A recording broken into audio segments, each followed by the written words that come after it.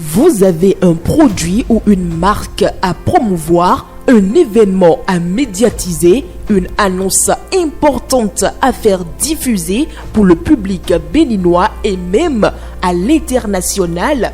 Le groupe de presse La Guérite, à travers sa web télévision Guérite TV Monde, sa web radio Guérite Radio et son journal La Guérite est votre interlocuteur valable.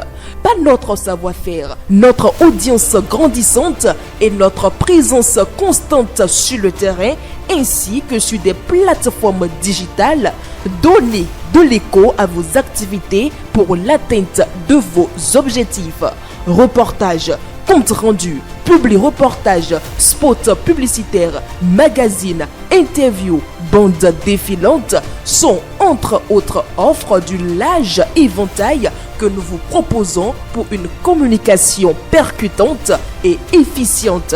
À vous donc de jouer en nous contactant dès maintenant par appel direct et par WhatsApp au plus 229 01 97 26 26 111. Le groupe de presse La Guérite, c'est la garantie d'atteindre vos cibles.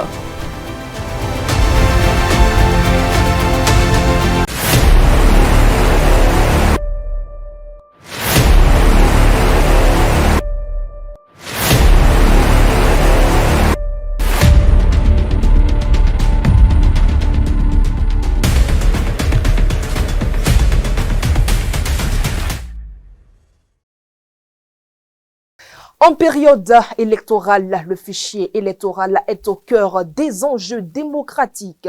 Outil stratégique par excellence, il garantit la transparence et l'équité du scrutin en assurant que chaque électeur dûment inscrit puisse exercer librement son droit de vote.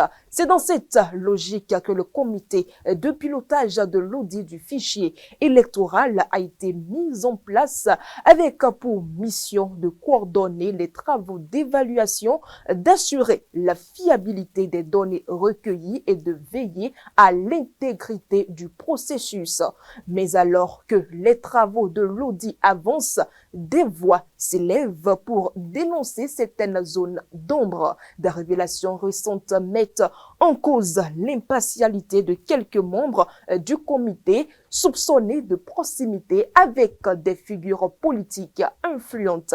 Ces accusations, bien que non encore formellement établies, jettent un voile de doute sur la crédibilité de l'opération et nourrissent la polémique dans l'opinion public. Mesdames et messieurs, bonsoir et merci de prendre le rendez-vous de cette édition spéciale. Vous organisez un mariage, un anniversaire, un baptême, un séminaire, un spectacle, un meeting politique ou tout autre événement, Guérite TV Monde vous propose un service de sonorisation professionnelle de meilleure qualité. Pour plus d'informations, contactez-nous au plus 229 91 19 10 10. Guérite TV Monde, le leader des web TV.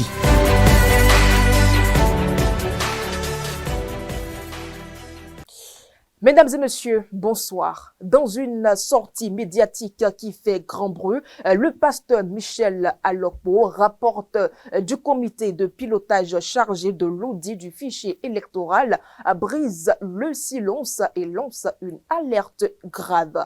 Selon lui, certains membres du comité de pilotage de l'audit du fichier électoral seraient loin d'être impatients. Suivons sa déclaration. Mesdames et messieurs.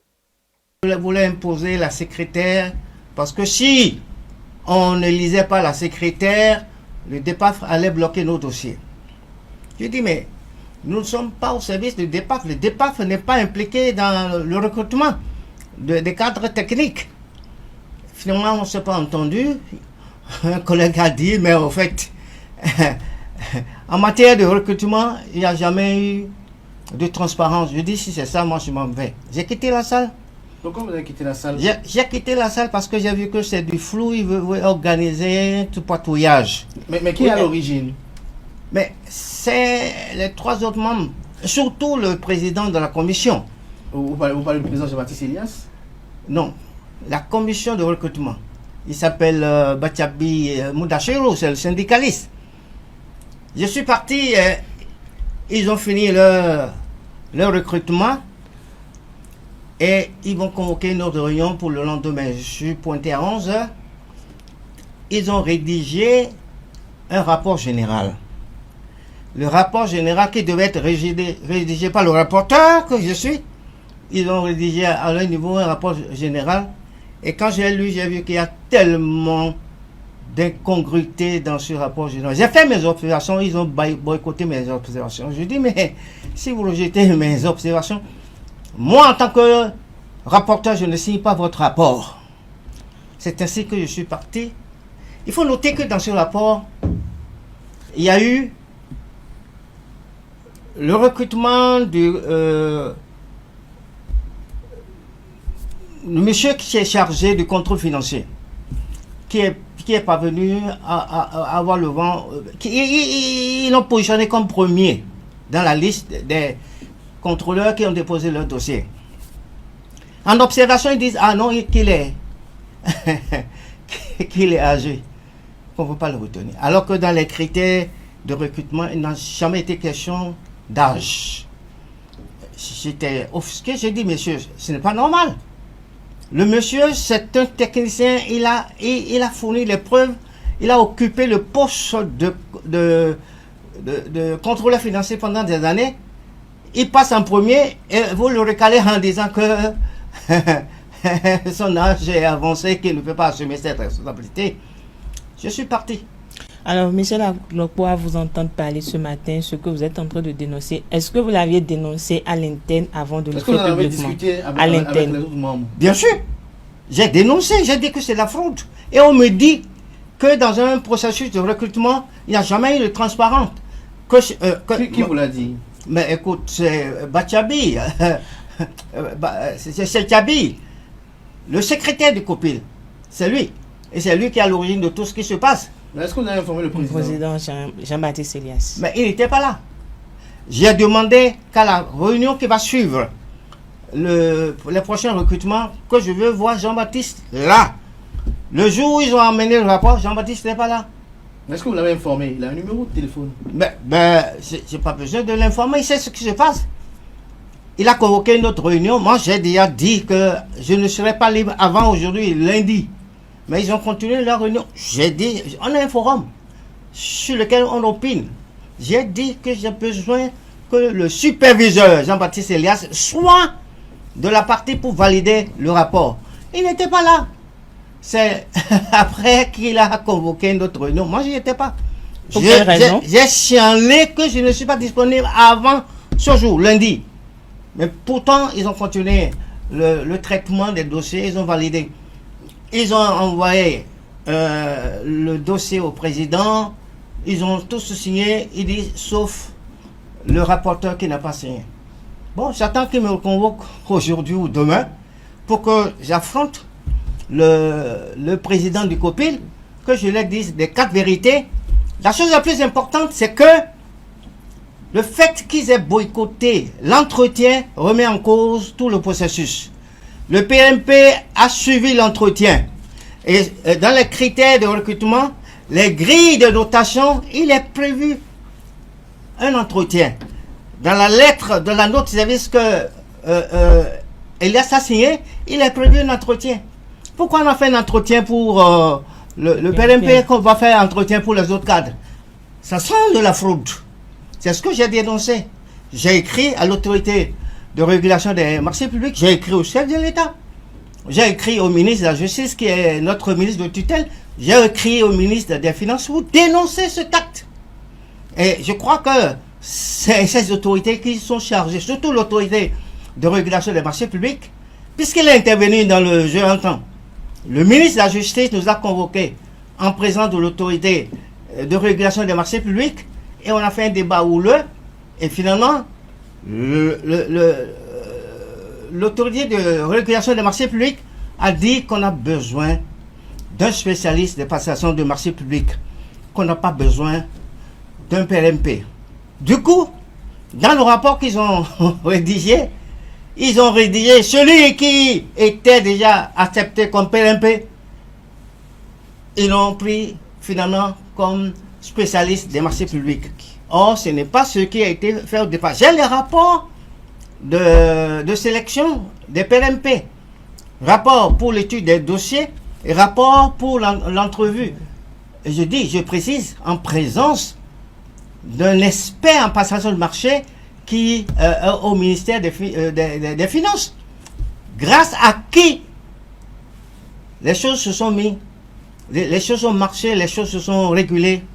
Et le candidat qui voulait imposer comme PMP n'a pas passé. Et c'est le même candidat qui a déposé un dossier pour être comptable. Vous voyez le double jeu qu'ils font pour un recrutement. Pour cette mission d'audit du fichier électoral, je cite, nous avons prévu 4 catégories d'experts. Un expert légal, un expert en biométrie électorale, un expert en numérique électoral et un expert en statistique et démographie. Fin de citation, a expliqué le président du comité de pilotage, Jean-Baptiste Elias, en détaillant la feuille de route à suivre pour atteindre la mission du comité. Déjà des mésententes au sein de ce comité dans le recrutement des experts qui doivent auditer le fichier électoral. Notre équipe de Parakou a tendu son micro aux citoyens de la cité des Kobourou pour recueillir leurs impressions. Ils sont au micro d'Anselme Orisha et Modeste Adanzadon. La sortie du rapporteur Michel Alokpo montre clairement qu'il y a des dissensions internes au sein de ce comité-là. Parce que s'il n'y a pas de dissension, c'est vrai que c'est une œuvre humaine, ils auraient pu gérer ça à l'interne. Mais s'il s'est trouvé obligé de sortir pour faire cette déclaration, ça veut dire qu'il y a quelque chose qui ne marche pas à l'interne et qu'il va falloir très vite corriger cette chose-là. Les Béninois ont porté assez d'espoir en ce comité-là, qu'ils vous souviennent que le chef de l'État lui-même, au moment de l'installation, a attiré l'attention afin que les choses se passent dans de très bonnes conditions. Il est important que le premier responsable à ce niveau-là, M. Jean-Baptiste Elias, puisse quand même, en bon père de famille, retrouver chacun des membres autour d'une table afin qu'on puisse discuter de ces quelques ratés-là pour repartir sur de nouvelles bases. Parce que si on continue dans cette dynamique-là, toutes les fautes éventuelles qui se produiraient, je pense que Michel Alokpo va mettre ça sur le compte des ratés qu'il y a eu au début en ce qui concerne la sélection des experts. Alors si ça a perdu dans ce sens-là, ce comité va donner raison aux partis de la mouvance qui n'ont pas voulu s'associer à ce travail-là. Mais je pense qu'on ne peut pas déjà d'ores et déjà dire que le travail sera bâclé ou bien que le travail sera mal fait. Ce que je pense fondamentalement, c'est que on peut déjà très tôt essayer, je l'ai dit tout à l'heure, de revenir sur les bases fondamentales, les critères qui ont déterminé ces choix-là. Là où il y a des ratés, les corriger rapidement et repartir sur de nouvelles bases. Si ce n'est pas corrigé, je crois que ça va jeter un peu de doute sur la qualité du travail qui sera présenté dans quelques mois. Mais si très vite c'est corrigé et les membres de ce comité-là se retrouvent chacun dans ses prérogatives pour travailler dans la transparence, je pense que le travail à la fin se fera très bien et chaque membre de ce comité-là se trouvera content et ragaillardi par le résultat qui sera obtenu. Si je prends le cas du pasteur Michel Alokpo, je ne crois pas encore à ce qu'il dit. Parce qu'on les a vus ici. Donc croire à ces gens aujourd'hui, vraiment c'est de perdre la voie en politique. Je ne vais pas vous mentir, monsieur le journaliste. Si nous revenons, si vous l'écoutez bien, il s'agit du recrutement. On va attendre monsieur Jean Elias parler d'abord. Si au début maintenant il y a déjà tout ça, le travail proprement dit n'a pas encore commencé. Et il y a déjà des remue-ménages. Et si le travail commence, nous leur donnons encore une seconde chance. Mais, je dis et je répète, il y a les jeunes qui ont étudié, il y a les jeunes qui ont fini, qui peuvent faire ce travail qu'ils sont en train de faire. S'ils savent qu'ils ne veulent pas faire du faux, ils n'ont qu'à recruter la jeunesse et laisser ces vieux-là se reposer. Moi, je pense quand même qu'on ne devrait pas reprocher à ces membres-là ces irrégularités-là qui pointent aujourd'hui, parce qu'on parle là des irrégularités au niveau du recrutement du personnel, du recrutement au niveau donc de la personne qui serait chargée de vérifier le budget, voilà, qui allait donc servir à l'audit du fichier électoral. Et le chef de l'État était clair. Aucun sou ne devrait être détourné pour faire autre chose. Et avec cela, avec tout ce qui se passe, on a des craintes quand même sur le processus régulier. Vous avez un certain Jean-Baptiste Elias qui a longtemps combattu la corruption. Vous avez d'autres personnalités quand même qui sont inclus dans ce processus-là, qui ont véritablement défendu donc la transparence d'une élection. Moi, je me pose la question véritable de savoir comment ces personnes-là, qui à un certain moment défendaient donc une certaine transparence, se retrouvent aujourd'hui à être accusées d'être des faussaires entre griffes, parce que ces personnes-là encore n'ont pas encore porté leur voix. Et je me pose véritablement la question de savoir comment ça va se dérouler la suite donc de ce processus-là, quand le rapporteur, la personne principale à un certain moment, qui est chargé donc de faire les points, qui est chargé donc de faire le résumé de tout ce qui se passe aujourd'hui, se retrouve à dénoncer ces irrégularités-là. On se dit attention, il y a quelque chose qui ne va pas au sein donc de cette commission. Et au-delà de tout ça, moi je pense quand même que le président Jean-Baptiste Elias devrait monter au créneau, et avec donc toutes les personnes qui ont été pointées au cours donc de cette sortie médiatique de Michel Alokpo, pour nous dire sérieusement ce qui se passe. Est-ce qu'il y a véritablement eu des irrégularités en ce qui concerne donc la révision, ou ce sont des propos, ou ce sont des malcompréhensions, pour qu'on puisse véritablement savoir ce qui se passe. Si véritablement ces faits-là sont confirmés, ça voudra dire que la transparence qu'on a longtemps voulu en ce qui concerne la révision donc du fichier électoral est aujourd'hui entravée. Pour rappel, mesdames et messieurs, le comité de pilotage de l'audit du fichier électoral a été installé le 8 janvier 2025 à la suite d'une requête du parti de l'opposition, les démocrates. Il est composé de 5 membres, 4 issus de la société civile et 1 de l'opposition. Les membres ont comme mission de superviser l'audit du fichier électoral attendu au plus tard à la mi-juin 2025 afin de garantir un scrutin général transparent en 2026. Honorable Kamel Wassangari, bonsoir. Bonsoir, madame la journaliste. Vous êtes député à l'Assemblée nationale, membre du parti de l'opposition, les démocrates. Que se passe-t-il concrètement au sein du comité de pilotage de l'audit du fichier électoral? Merci, madame la journaliste. Comme vous devez le savoir, dans tout le jeu, au sein du comité de pilotage de l'audit du fichier électoral, oui, les partis politiques se sont d'une manière d'une autre un peu écartés. Ils ont laissé le soin beaucoup plus à la société civile de faire ce travail. C'est pour ça que vous devez remarquer que dans la composition, ce sont les organisations de la société civile qui sont fortement représentées. Et même le représentant de l'opposition, c'est un cas technique. Ce n'est pas un homme politique comme on a l'habitude de le voir par le passé. Donc, ça vous dire que déjà, c'est un travail laissé beaucoup plus à la société civile pour faire l'audit. Là, ils sont un peu plus neutres, on estime qu'ils sont un peu plus neutres. Et tous les bords politiques doivent se retrouver dans le travail qui est fait par le comité de pilotage.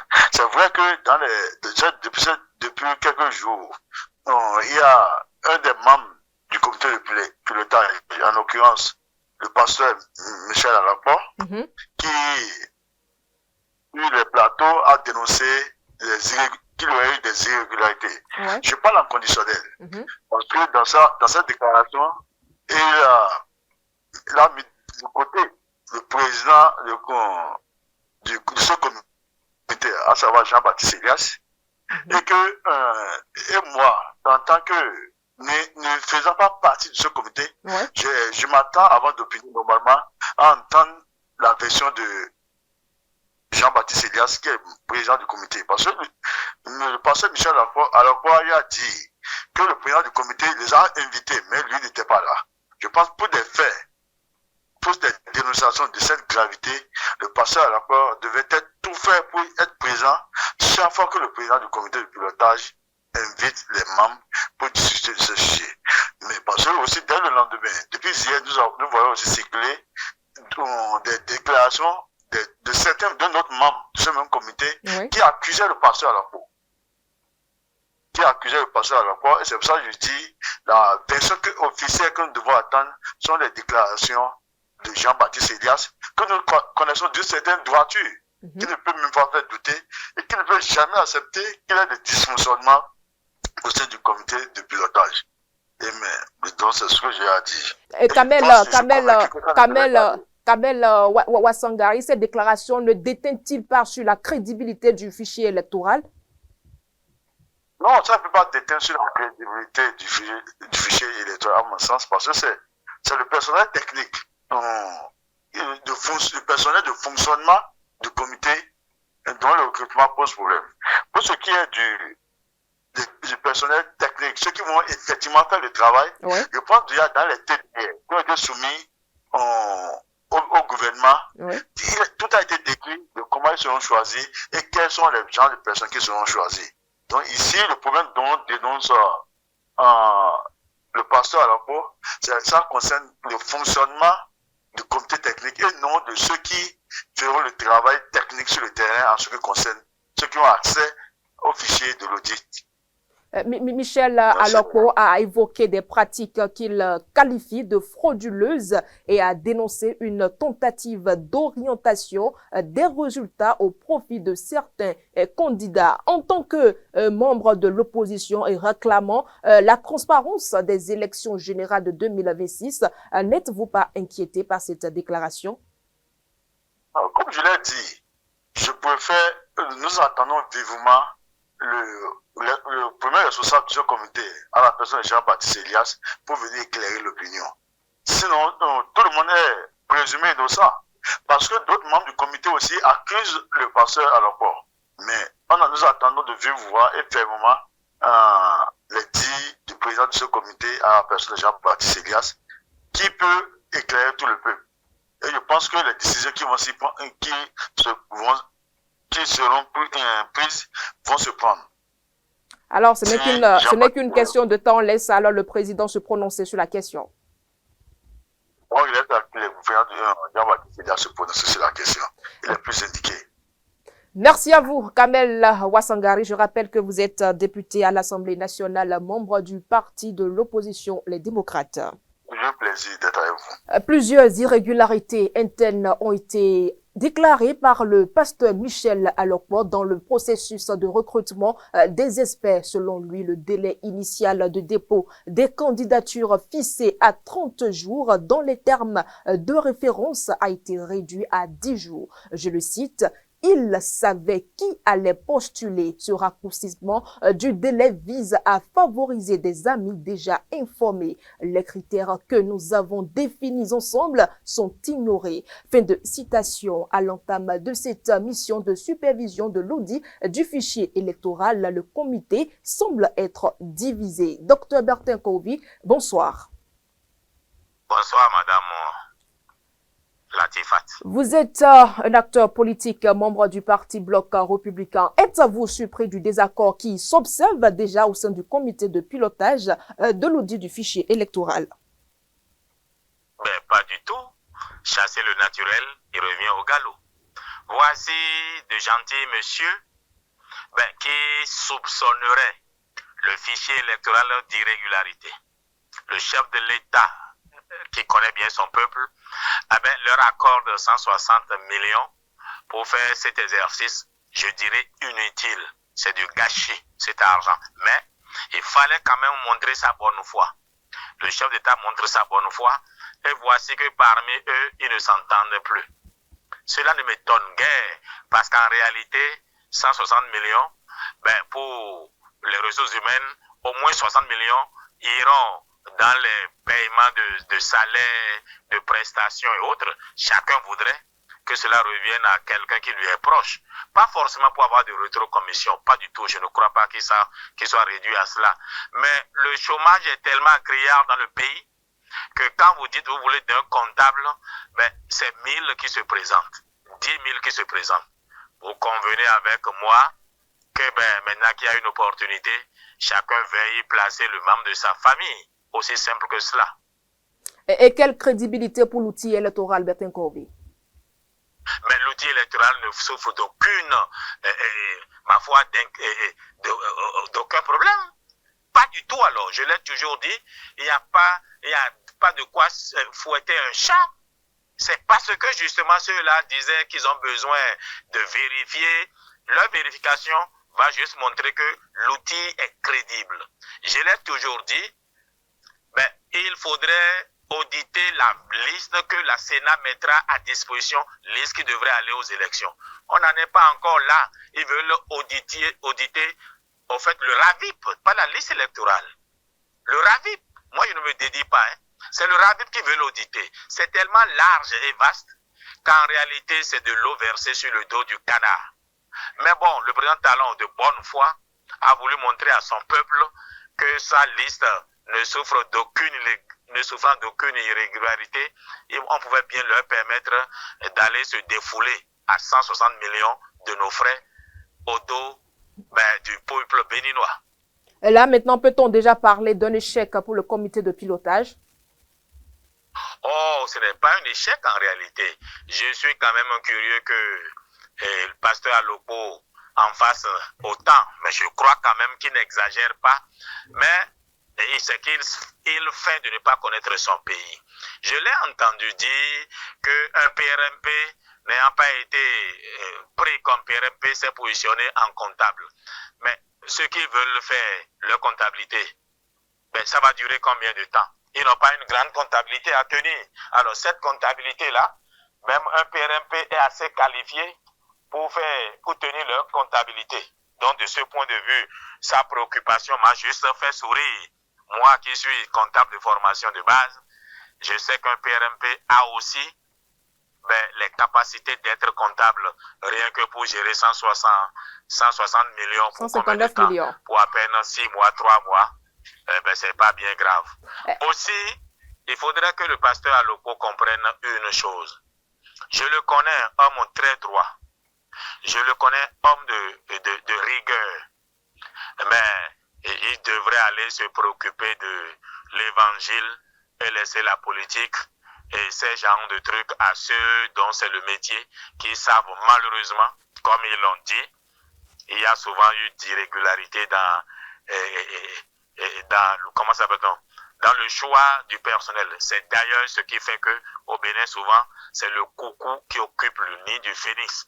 Ceux qui sont qualifiés sont en dehors et ceux qui ne sont pas qualifiés sont en charge. Pas tous, heureusement, pas eux tous. Mais une bonne partie n'est pas qualifiée. Et à cette étape, pensez-vous à une suspension du comité? Oh, pas nécessairement. En réalité, je ne sais pas qui gagnerait à suspendre. Mais si les populations veulent qu'on le suspende, oui. Mais la sagesse du président Patrice Talon ne l'amènerait pas à le suspendre. Sinon, ils vont dire, il a donné le mouton, il a gardé la corde du mouton dans sa propre main. Il ne le ferait pas. Mais si pasteur Aloko nous apporte assez d'éléments qui justifient qu'il faut les suspendre, je serai pour. Mais on n'en est pas encore là. C'est vrai que vous n'êtes pas pour l'audit du fichier électoral, mais quelle réforme structurelle peut-on envisager pour éviter une répétition de telle affaire? Oh, pas que je ne sois pas pour l'audit, c'est parce que je sais que le fichier ne souffre d'aucune irrégularité, donc l'audit ne va que, c'est-à-dire, constater qu'il n'y a aucun problème. Aussi, je vous ai dit, si on devrait auditer, il faudrait auditer la liste électorale. Il se trouve qu'elle n'existe pas encore, puisque c'est à 180 jours des élections que la Sénat va la produire. Alors, ils veulent auditer quoi? Ils veulent auditer le RAVIP. C'est ça qu'il faut dire aux Béninois. Ils veulent auditer le RAVIP. C'est-à-dire la source de laquelle on va tirer, ma foi, le fichier électoral. Tant mieux, si ça peut les aider, oui. Et si ça peut les rassurer, oui. Mais bon, qu'est-ce qu'on peut faire? Non, il faut plutôt leur demander de retrouver la voie de la sagesse, du consensus, de respecter les règles qui se sont établies eux-mêmes.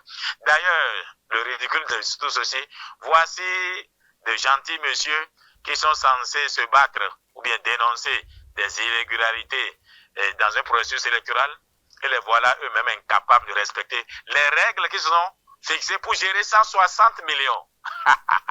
Gambelaye. c'est triste. Merci à vous, Dr Bertin Korovi. Je rappelle que vous êtes un acteur politique, membre du Parti Bloc républicain. Ben, vous n'avez pas fini. Je suis candidat au Dauphinat devant Patrice Talon, candidat à la candidature devant le peuple béninois à l'élection présidentielle de 2026. Merci à vous et bonne soirée à vous, Dr Bertin Korovi. C'est moi qui vous remercie, madame. À l'entame, le projet d'audit du fichier électoral n'a pas reçu l'assentiment des partis de la mouvance présidentielle. L'UPR a estimé que la demande du cadre de concertation de l'opposition est inopportune et en déphasage avec les lois en vigueur au Bénin qui organisent l'établissement de la liste électorale informatisée. Pour le bloc républicain, auditer la liste électorale de 2023 n'a aucune pertinence. Si une liste devrait retenir l'attention des partis, ce serait celle extraite du registre national par l'ANIP 120 jours avant les prochaines élections, pouvait-on donc lire dans un communiqué du parti Bloc républicain. Les partis Mouel Bénin, Renaissance nationale ont également rejeté cette initiative du parti Les Démocrates et c'est sans oublier le parti FCBE qui, selon le président du parti, Paul Roupet, juge que financer ce projet est un gâchis. Ruben Abadagan, bonsoir. Bonsoir, Madame Latifa. Vous êtes le coordonnateur de la 6e circonscription électorale du parti FCBE. Alors, aujourd'hui, quel regard portez-vous sur le comité de pilotage de l'audit du fichier électoral à la suite des déclarations de Michel Alokpo? Je crois que déjà, on peut être déçu que ce comité qui a été mis en place par la consultation de l'opposition, qui a la charge de faire l'audit de la base des données de la NIP, déjà qu'à la phase de recrutement des experts, des DAF et autres, qu'il y ait déjà des problèmes à l'interne de ce comité, parce que nous avons tous suivi la sortie de presse du rapporteur du comité de pilotage en charge de l'audit de la base de données de la NIP. Donc, c'est un tel spectacle qu'offrent les membres de ce comité acclamation béninoise. Donc, je crois que c'est déjà un sentiment de tristesse et nous espérons que très vite, ils vont corriger le tir pour être à la hauteur des attentes que les membres de ce cadre de consultation ont placées en eux. Michel Alokpo a évoqué des pratiques qu'il qualifie de frauduleuses et a dénoncé une tentative d'orientation des résultats au profit de certains candidats. Quel avenir pour le fichier électoral Ruben Abadagan? Je crois que déjà, vous savez, à la date d'aujourd'hui, il n'existe pas encore de fichier électoral. D'accord. Il est important que vos spectateurs puissent comprendre que le fichier électoral aujourd'hui est extrait du registre de tous les Béninois et on tient compte de ceux qui ont 18 ans et plus à la date du vote des élections. Et c'est ceux-là qui sont extraits du fichier de l'année. Donc, à la date d'aujourd'hui, oui, il n'existe pas encore de fichier électoral. De quoi il s'agit? En réalité, le comité de pilotage a décidé de faire l'audit du registre des citoyens pour voir le mécanisme de fonctionnement de la NIP. C'est ce qu'ils ont dit qu'ils ont voulu faire.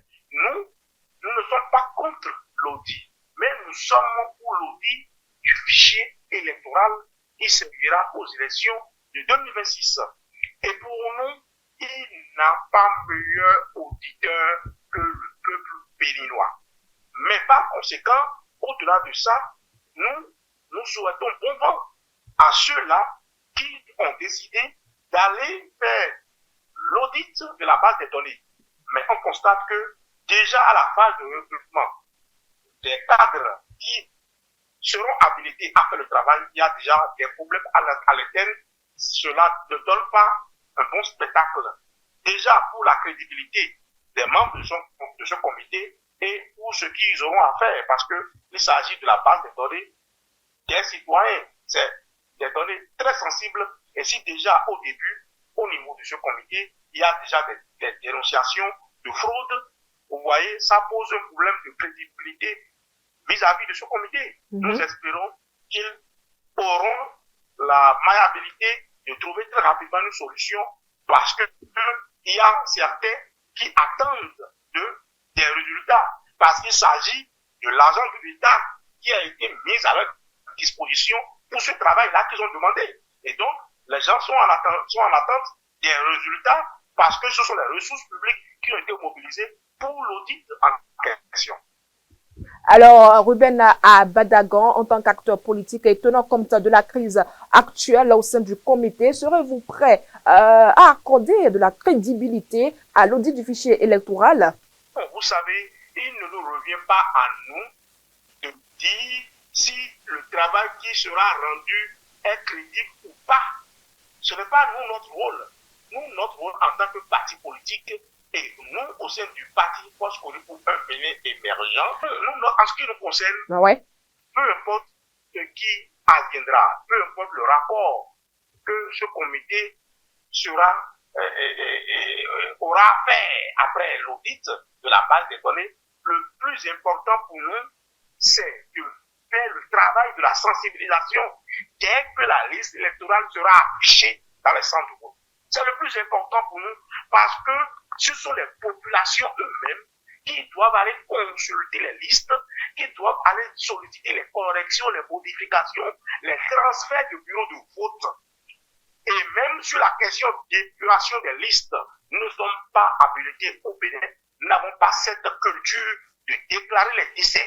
Et cela pose un problème d'épuration des listes. Il revient à sensibiliser nos électeurs, la population béninoise, pour faire le travail qu'il faut pour déclarer les décès, pour qu'en son temps, que nous puissions épurer les listes. Donc, peu importe les conclusions du rapport de ce comité de pilotage, le plus important pour nous, acteurs politiques, membres de l'opposition, du parti Force pour le Point Bénin émergent, c'est de sensibiliser la population, d'aller dans les villages, dans les hameaux, et inviter la population à aller sortir pour consulter les listes provisoires. Ce n'est pas parce qu'il y a un audit en cours que nous allons rester dans l'immobilisme.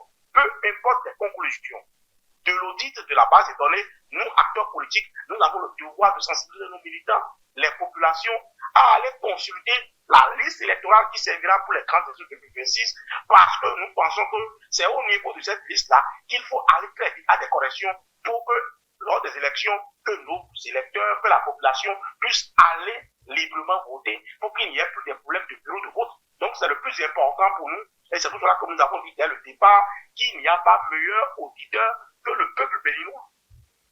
Il n'y a pas meilleur auditeur que le peuple béninois. Et si des problèmes s'observent déjà au niveau du recrutement des experts, Ruben Abadagan, croyez-vous à la suspension du comité dans les prochains jours, quand on sait que le comité, l'audit du fichier électoral a été financé par le gouvernement? Non, mais je crois que il revient au gouvernement et il revient aussi aux membres du comité de pilotage de donner la garantie nécessaire pour rassurer ceux-là, le gouvernement, l'État béninois, qui a mis les moyens à leur disposition pour le travail qu'ils ont à faire. Et parce que ce travail-là ne concerne pas seulement ceux qui ont installé ce comité, ça concerne l'ensemble du peuple béninois, ça concerne toute la nation, parce que c'est les sous du contribuable qui ont été dépêchés, ils ont l'obligation de respecter les règles de passation de marché public, ils ont l'obligation de travailler en toute transparence pour qu'à la fin, ils puissent livrer un résultat qui va permettre d'améliorer l'existant, qui va permettre d'améliorer nos listes et qui va permettre de régler les problèmes de confiance vis-à-vis des listes électorales. Donc c'est ce que... Mais l'essentiel a été dit, Ruben Abadagan. Je rappelle que vous êtes le coordonnateur de la 6e circonscription électorale du parti FCBE. Merci pour votre disponibilité. Merci à vous, Madame Latifa. Tout le plaisir pour moi. Bonne soirée à vous. Des sélections biaisées dans le recrutement des experts devant toiletter le fichier électoral. Un rapport produit mais non signé par le rapporteur du comité de pilotage chargé de l'audit du fichier électoral signale que ce comité de pilotage de l'audit du fichier électoral ne travaille plus en synergie pour la mission à eux confiée. Au téléphone, Fidèle Sénat Vaudounan. Fidèle Sénat Vaudounan, bonsoir. Bonsoir aux amis internautes. Vous êtes journaliste, analyste. Ce qui semble diviser le comité, peut-on le qualifier d'une question d'intérêt général sans se tromper, Fidèle? Je crois que ce comité-là, tel qu'il a commencé, ne semble pas combler véritablement les attentes.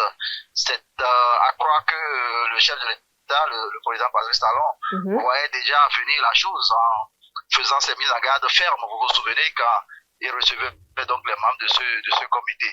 Et on n'a véritablement pas l'impression qu'ils soient les membres de ce comité engagés pour l'intérêt général. Sinon, on ne serait pas en train de faire face de sitôt à des tiraillements autour de recrutement de tel ou tel personnel au sein du comité pour faire le travail. L'audit du fichier électoral a été approuvé, comme vous le dites, par le chef de l'État, Patrice Talon, qui a accordé le financement d'un montant de 159 millions de francs CFA validé par le Conseil des ministres du 19 février et financé donc par le gouvernement. Fidèle Vaudounan, quelles sont les issues possibles? Est-ce qu'il y aura une réorganisation du comité ou une suspension du comité, selon vous? Pour le moment, ce serait très prétentieux de ma part de dire quelle pourrait être l'issue de cette crise.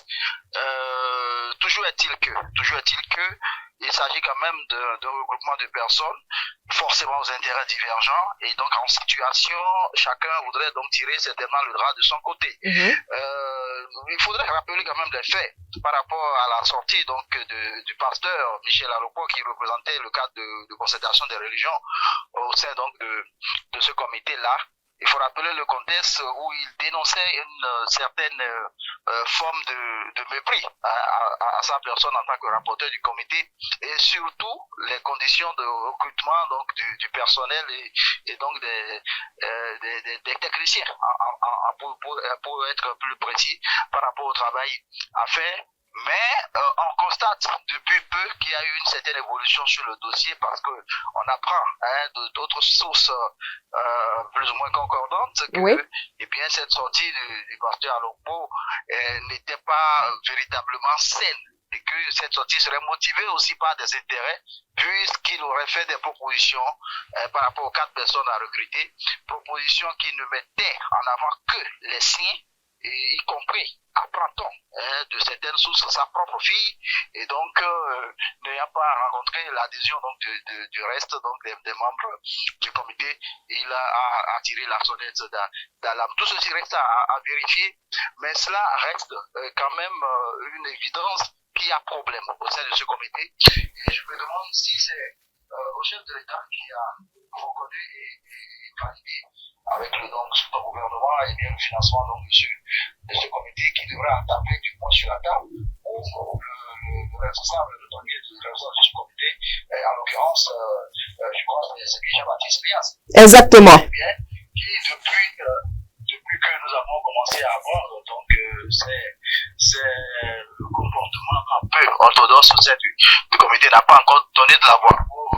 Ce qu'on connaît quand même à Jean-Baptiste Lias, nous espérons dans les heures et jours à venir qu'il va monter au créneau pour dire véritablement ce qui en est. Et le contraire serait donner caution justement aux déclarations qui sortent de part et d'autre. Et donc, dans le contexte actuel où il est question d'un travail aussi sensible qui touche à la crédibilité de la liste électorale et que le chef de l'État accepte donc de financer par l'État pour que le travail soit fait, il est vraiment dommage qu'on soit face à cette réalité-là aujourd'hui où on a comme l'impression que les gens avaient leur agenda personnel en se retrouvant donc au sein de ce comité. C'est vraiment dommage et je crois que au-delà du chef de l'État qui devra taper du poing sur la table, on attend impatiemment la réaction donc de Jean-Baptiste Elias, qu'on connaît quand même sur le front de la lutte contre la corruption, pour qu'il nous dise véritablement ce qui se passe au sein de ce comité et quelles sont les mesures envisagées et quelle pourrait être donc la caution que le peuple béninois pourrait accorder donc à ce comité quant à la transparence qui doit bien gouverner les pratiques au sein de ce comité, quand on sait que le chef de l'État a été très menaçant sur les conditions donc de conduite des travaux au sein du comité, en tenant compte donc de la gestion rigoureuse des ressources de l'État affectées. En attendant la réaction du président du comité de pilotage, Jean-Baptiste Elias, que faut-il faire pour rétablir la confiance fidèle au Sénat? Vous savez, la confiance, c'est quand même une donnée très, très relative. Quand vous la perdez, c'est très compliqué. Déjà, à l'échelle, je ne sais pas, à l'échelle familiale, entre vous et votre enfant, entre vous et votre mari, quand la confiance, elle est perdue, elle est perdue. Et donc, à l'échelle nationale, au sein d'un comité qui est appelé à lever l'équivoque, à lever le doute dans les cœurs des uns et des autres quant à la fiabilité du fichier électoral, arriver à en convaincre le chef de l'État de la pertinence qui a autorisé donc le financement de ce comité, et qu'on se retrouve aujourd'hui face à des situations de cette envergure-là. Moi, personnellement, en tant que citoyen béninois, je ne sais véritablement pas ce qu'ils feront encore pour me mettre en confiance vis-à-vis de leurs agissements au sein donc de ce comité. Et ça dit qu'à la fin des travaux, vous n'allez pas croire, il y aura, le fichier ne serait pas crédible à vos yeux? Le fichier n'a aucun problème a priori. Tous les Béninois le savent, à part quelques politiciens qui avaient soulevé cette affaire d'audit du fichier électoral. Il s'agit d'un travail purement scientifique. Vous voyez, je voudrais mettre ça quelque peu en parallèle avec la situation de la loi sur le cadre juridique de la chefferie traditionnelle. C'est un travail purement scientifique. Et ici, il s'agit d'un travail technologique. C'est la technologie qui est au service du développement, au service donc de la transparence électorale. Et je n'ai pas compris pourquoi il y a eu cette levée de bouclier. Donc je crois que le chef de l'État, une fois de plus, a donné la preuve de sa bonne foi en autorisant la mise en place donc de ce comité, en autorisant l'audit du fichier électoral, en autorisant le financement justement donc de ce travail-là. Donc on ne peut pas comprendre que après toutes ces garanties, après toute cette marque de bonne volonté de l'exécutif, qu'on se retrouve maintenant face à des acteurs de la société civile qui se comportent de la sorte. Donc, le fichier, à mon entendement, n'avait aucun problème.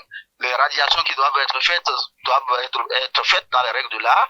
Les nouvelles adhésions par rapport aux jeunes majeurs devraient pouvoir être faites automatiquement.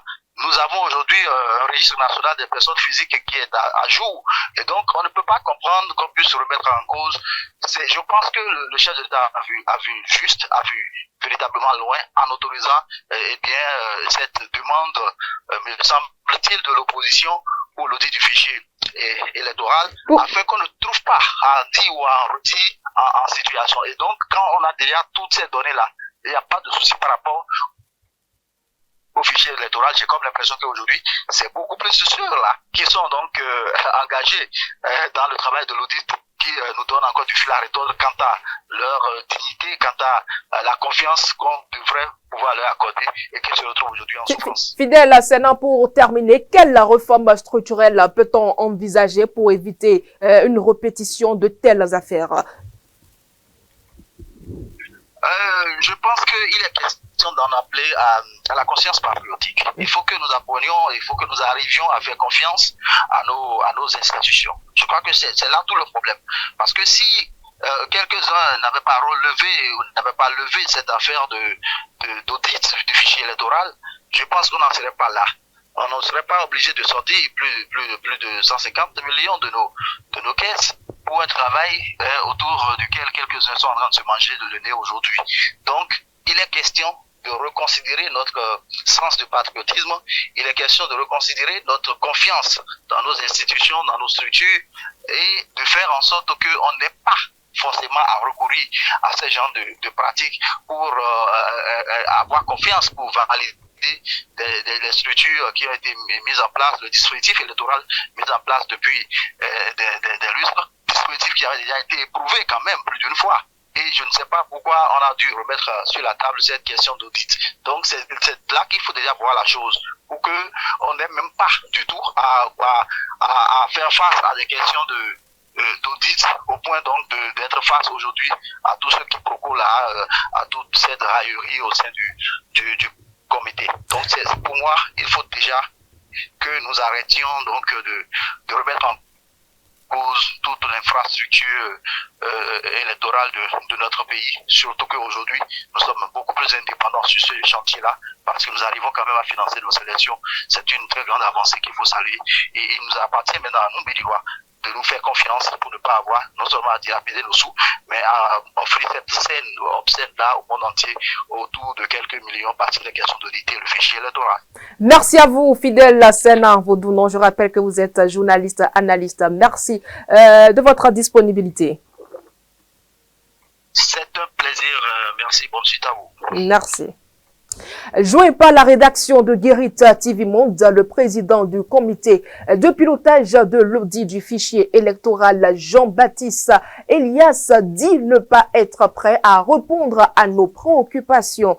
Je le cite, « Je vous invite au calme et à la patience. Je vous contacterai quand je serai prêt à parler. » Fin de citation, a-t-il répondu. Mesdames et messieurs, soupçon de magouille au sein du comité de pilotage de l'audit du fichier électoral. Quel avenir pour la crédibilité de l'outil électoral? C'est une actualité que nous suivons donc de près, rien que pour vous, mesdames et messieurs. C'est donc terminé pour cette édition spéciale. Merci de nous avoir suivis et bonne soirée à tous.